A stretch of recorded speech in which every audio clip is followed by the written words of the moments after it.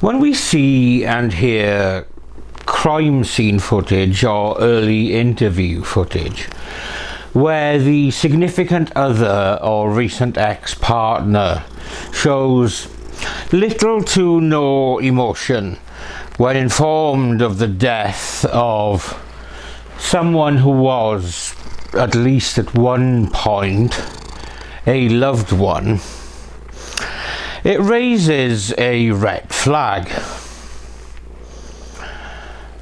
But what if what is witnessed goes to the other extreme and they are hysterical, almost comedic, hysterically hysterical, one might say, especially if the unfortunately deceased was an ex. Now, I know that people grieve in different ways and equally deal with difficult or hard to believe news in different manners, but it will still raise a red flag that something may be perhaps, a little off. In today's case, our Oscar performance, and by Oscar I don't mean this one, rather I mean this one, as you might have guessed, is not the only red flag. It is the first of a great many. So many, in fact, that it ends up looking like a Chinese army parade.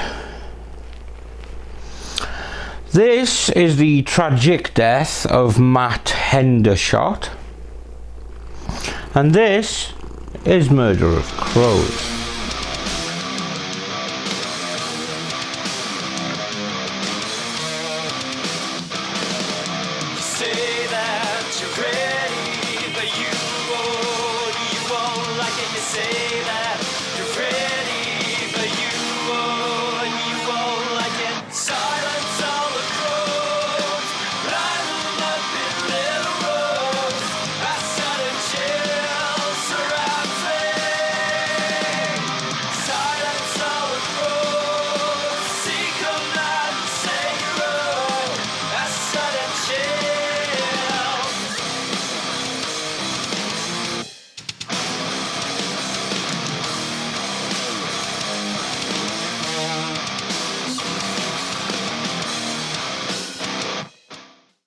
Berkeley County is located in the Shenandoah Valley, in the eastern panhandle region of the state of West Virginia. It was home to the noted Confederate spy Belle Boyd during the American Civil War. Originally part of Virginia, the county seceded from Virginia to become part of West Virginia in 1863, and after much legal wranglings, it was Supreme Court ratified in 1871. By 2021, the county was thought to have a population of somewhere around 122,000 people.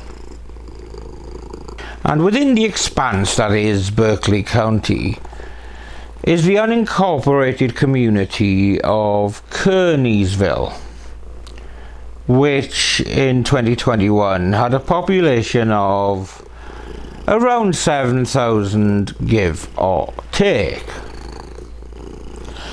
There is real history in the area, with a home called Traveller's Rest, this being the former home of General Horatio Gates, which dates back to at least 1773.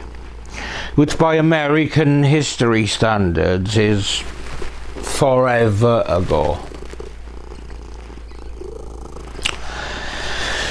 Now in Kearneysville in 2021, we find estranged couple Matt and Rhys Hendershot, who through tragic circumstances and, as we will see, most likely a level of gaslighting, were at this time living under the same roof despite having already been divorced. And this divorce came after their fairy tale relationship turned into a living nightmare, at least for Matt Hendershot.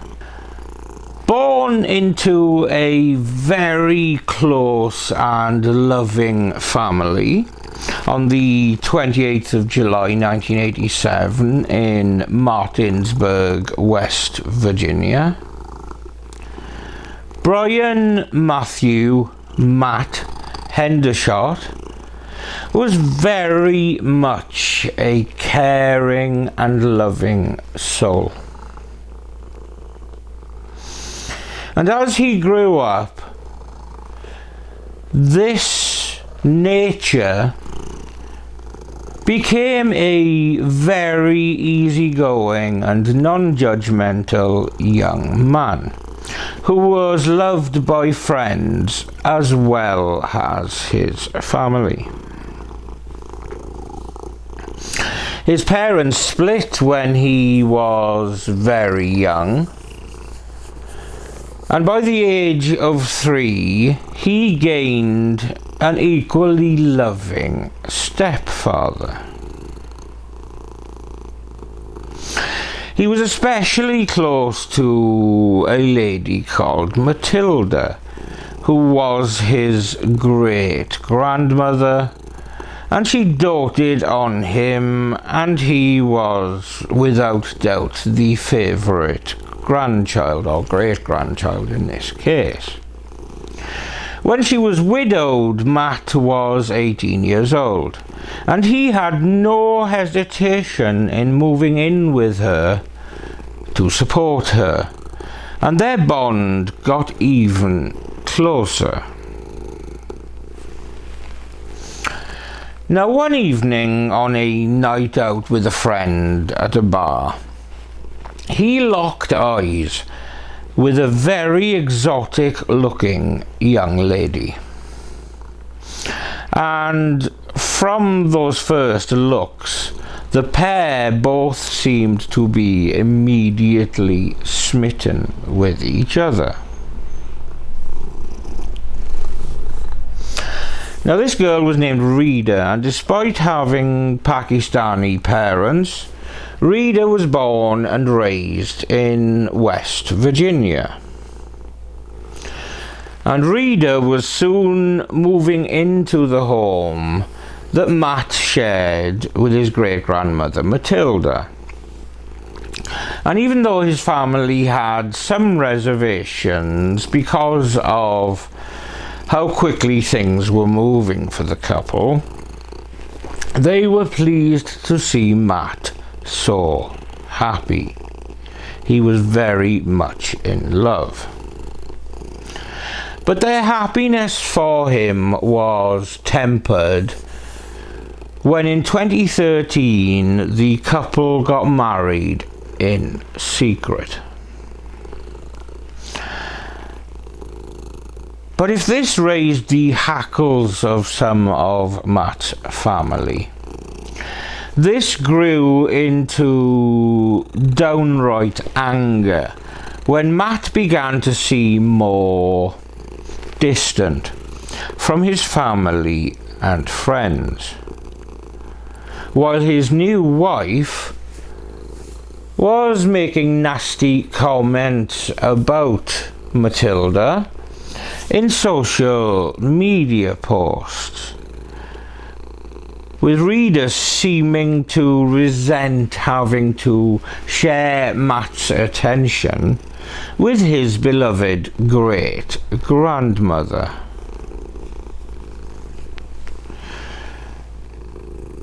Now, being worried about completely losing Matt entirely, the family chose to be very delicate in their dealings with the couple. But there were serious concerns, especially after their secret wedding. But another dramatic shift was on the horizon now that they were married. In 2017, Matt's beloved great-grandmother Matilda passed away, and as her most cherished family member and for recent years carer, she left her home and all her major possessions to him.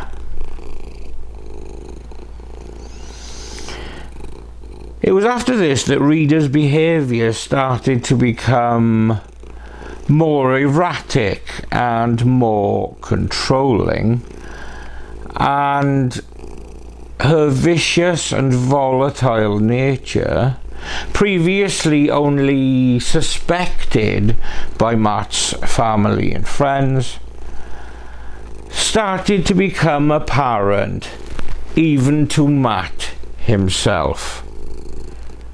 And while he was very much in love with Rita, through all of this behaviour in 2018, he took the step to split from Rita after 5 years. Now, Matt's family and friends all saw that as soon as this had happened, it seemed like a weight had been lifted, and the carefree Matt that they knew and loved re-emerged. And his new sense of freedom was perhaps tempered slightly with the news that not that long after the split, Rita actually got engaged again, this time to one of Matt's friends. But in 2020, things took another worrying turn, where Matt's loving nature was ultimately used against him.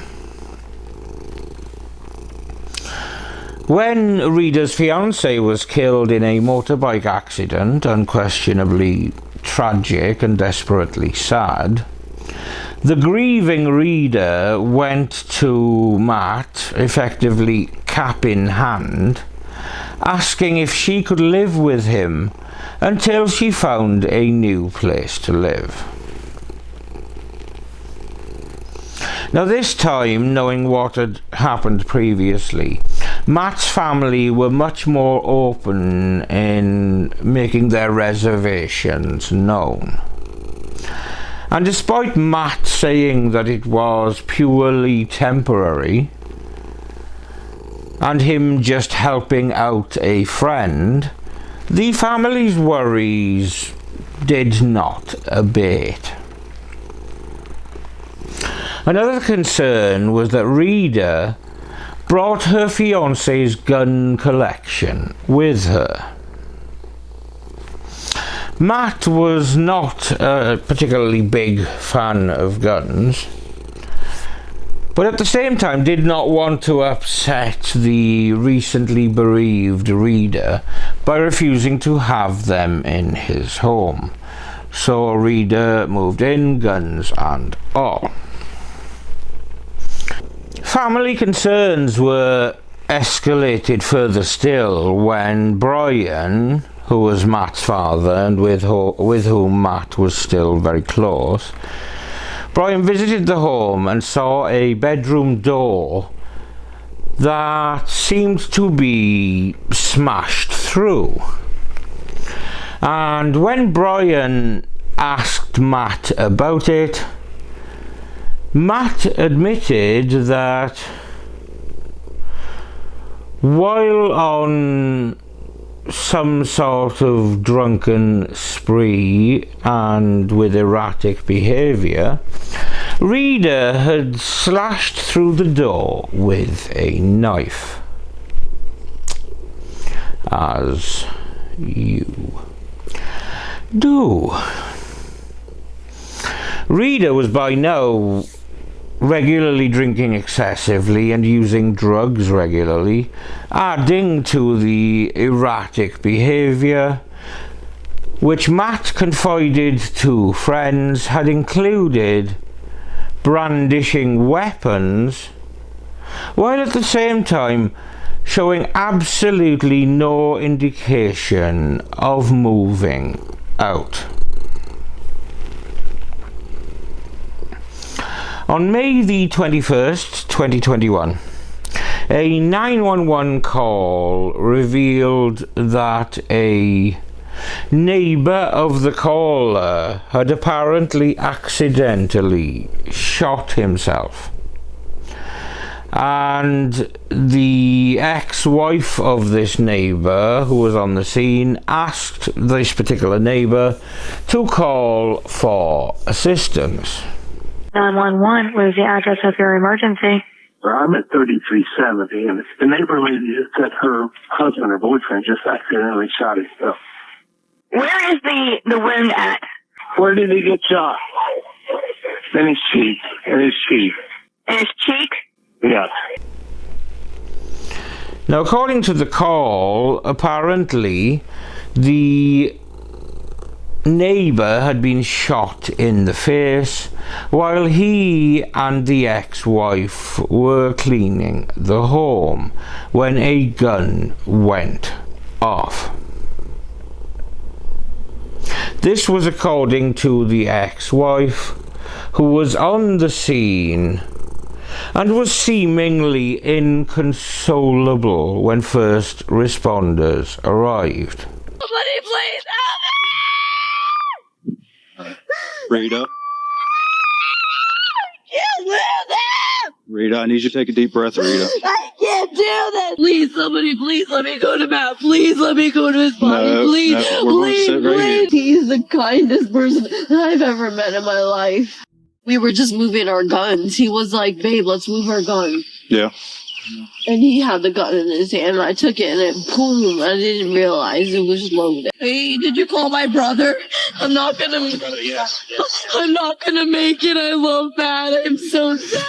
Hey, sir, she's going to be without her phone now, all right?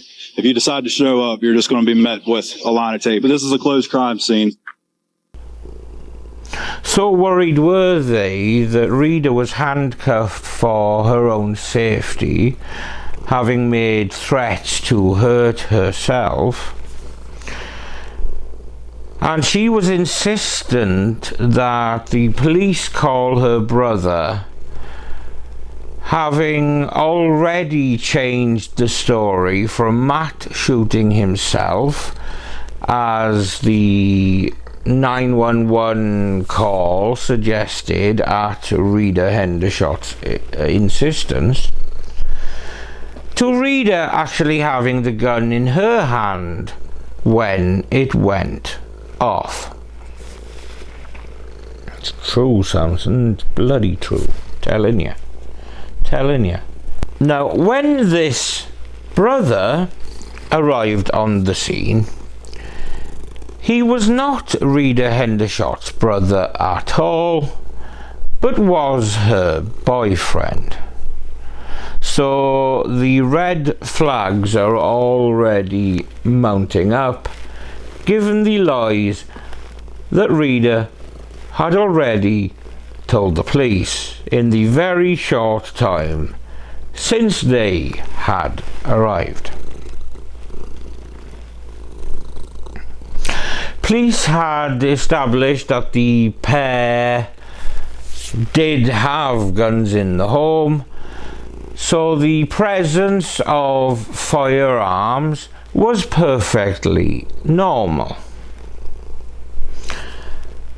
But there were questions of how this particular gun came to be loaded. An initial walkthrough of the scene raised further questions, given that there were several different areas that indicated blood spatter, as opposed to a single area with a significant amount of blood.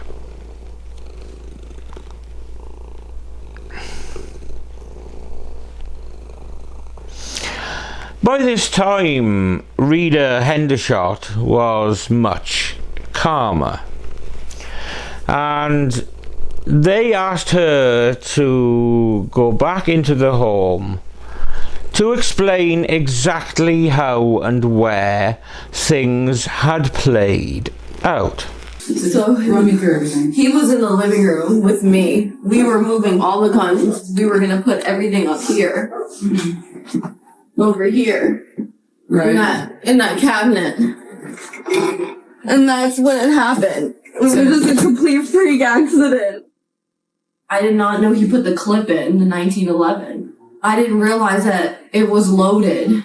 And I didn't realize that it was just sitting at the bottom. Okay. I didn't realize that because I was just moving stuff so fast. I was just like, do, boom, and it went off and he was sitting right there. And I was like, oh my God. He sat down.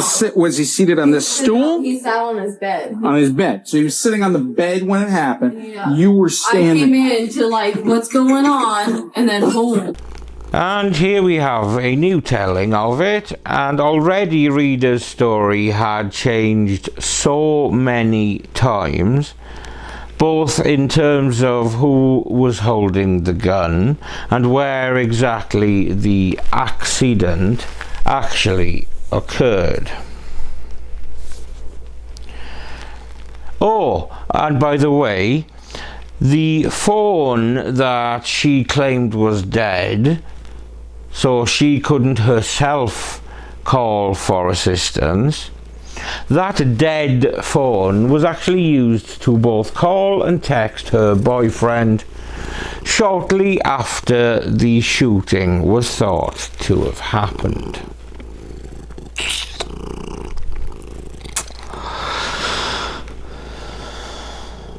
Upon leaving the home again and returning out to the yard, whispers had by now spread to Matt's family, and his mother immediately made for his home.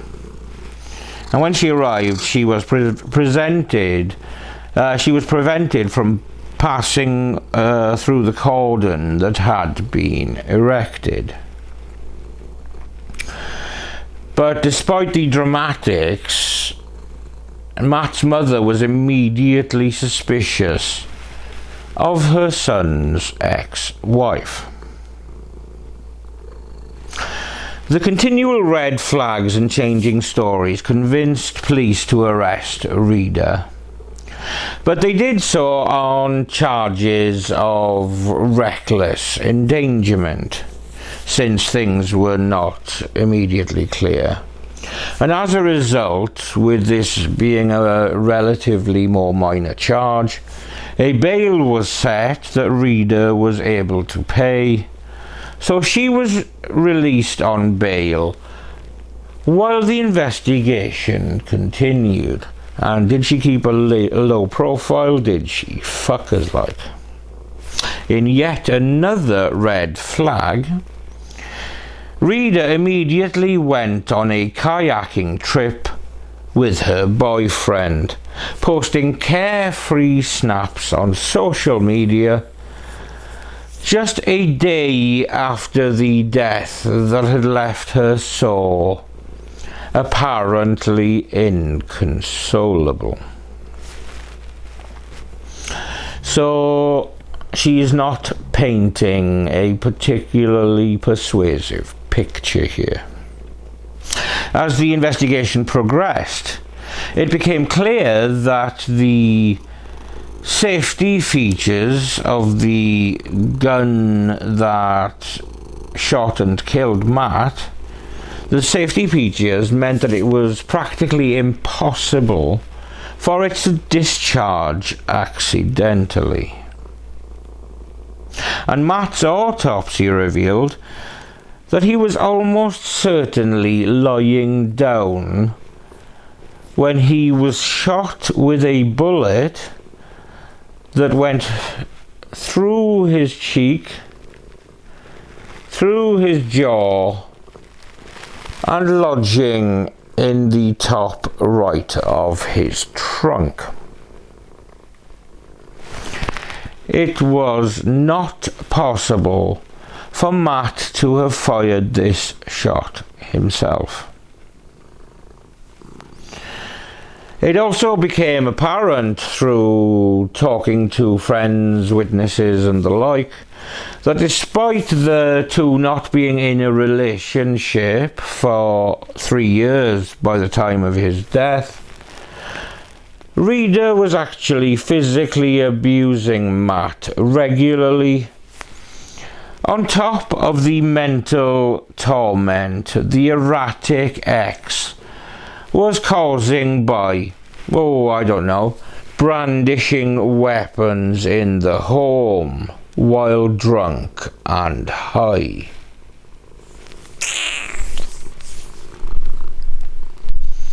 In June of 2021, a month after Matt's death, Rhys was rearrested, and this time on charges of Matt's murder. And in February of 2023, Rhys eventually faced trial for the death of her ex-husband. Her defense maintained that Matt's death was accidental. But the prosecution were able to present a very strong case of ballistics, forensics, and a particularly key part of the case were numerous witness testimonies to Rhys' abusive and erratic behaviour prior to Matt's death. Taken all together, it was a very persuasive and convincing argument. After a 5-day trial, the jury found Rhys Hendershot guilty of second-degree murder and using a firearm in the commission of a felony. In August of 2023 at sentencing, the judge stressed that the defense that Rhys had presented was not credible, especially in light of her constantly shifting story. She was ultimately sentenced to 40 years for murder and 10 years for the use of a firearm in the commission of a felony. Apparently, the earliest she can apply for parole is 2033. Seems a little bit early to me. But if this is true, it is extremely unlikely that she would be granted it at that very early stage. Long may she rot in prison. A coq womblette, if you will, and not the first we've seen in this series. And that was the case of the wailing ex-wife, who left a trail of red flags pointing directly at her dastardly deed of dispatching a man she could no longer control. She was trouble with a capital bitch, and she turned an easygoing, loving man into a shell of himself.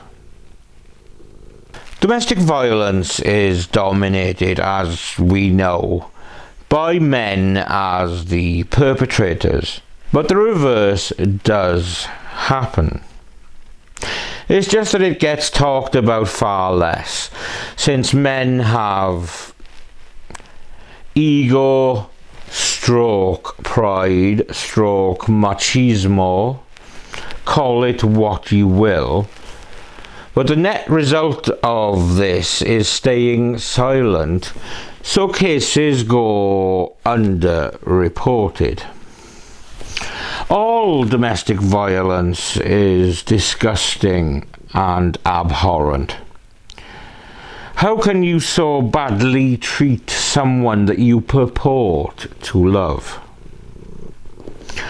The more it's talked about, the more we can remove stigma and start normalizing these conversations so that sufferers know that they're not alone and can hopefully draw courage from those that are able to speak up. I've left some resources down in the description box in regards to domestic violence. Matt Hendershot was a wonderful man. The best way to pay tribute to him is through his family's own words. So I will quote from his obituary. He was a humorous, good-hearted, talented, loving soul. He was a good guy that left us way too soon. Our hearts weren't ready. He leaves behind two sets of parents, Tammy and John Rhys, and Brian and Tammy Hendershot, who love him more than words can express. He also leaves behind his loving grandparents, Peggy and Wayne Triggs, and Glenville Twig. Sisters Jasmine Rhys, Naomi Rhys, and Gloria Hendershot, as well as one brother in James Hendershot, and numerous special aunts, uncles, cousins, and friends. He is preceded in death by his beloved grandparents, Matilda and Kenneth Thompson, Barbara and Robert Hendershot, Cindy Twig, and his uncle Michael Hendershot.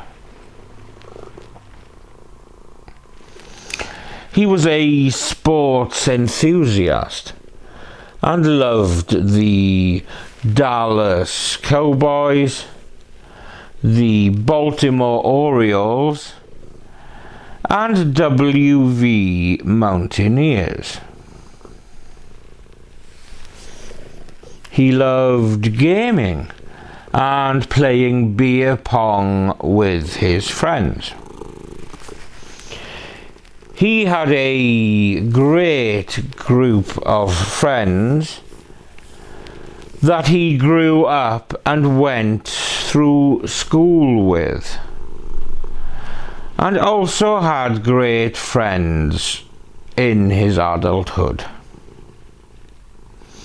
He will live in our hearts forever and will forever be missed. We will hold on to and cherish our memories. We love you to the moon and back.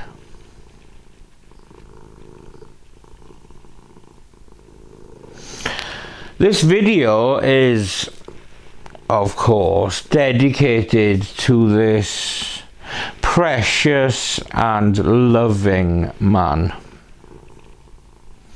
I send love and condolences to those that knew and loved him.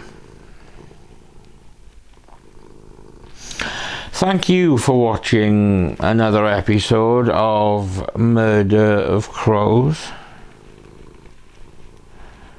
Please subscribe to the channel and do all of the thumbs up, quotey good stuff if you could. It would be mightily appreciated. But with that said, I'm Steve. This per monster is Samson, and we will see you when we see you.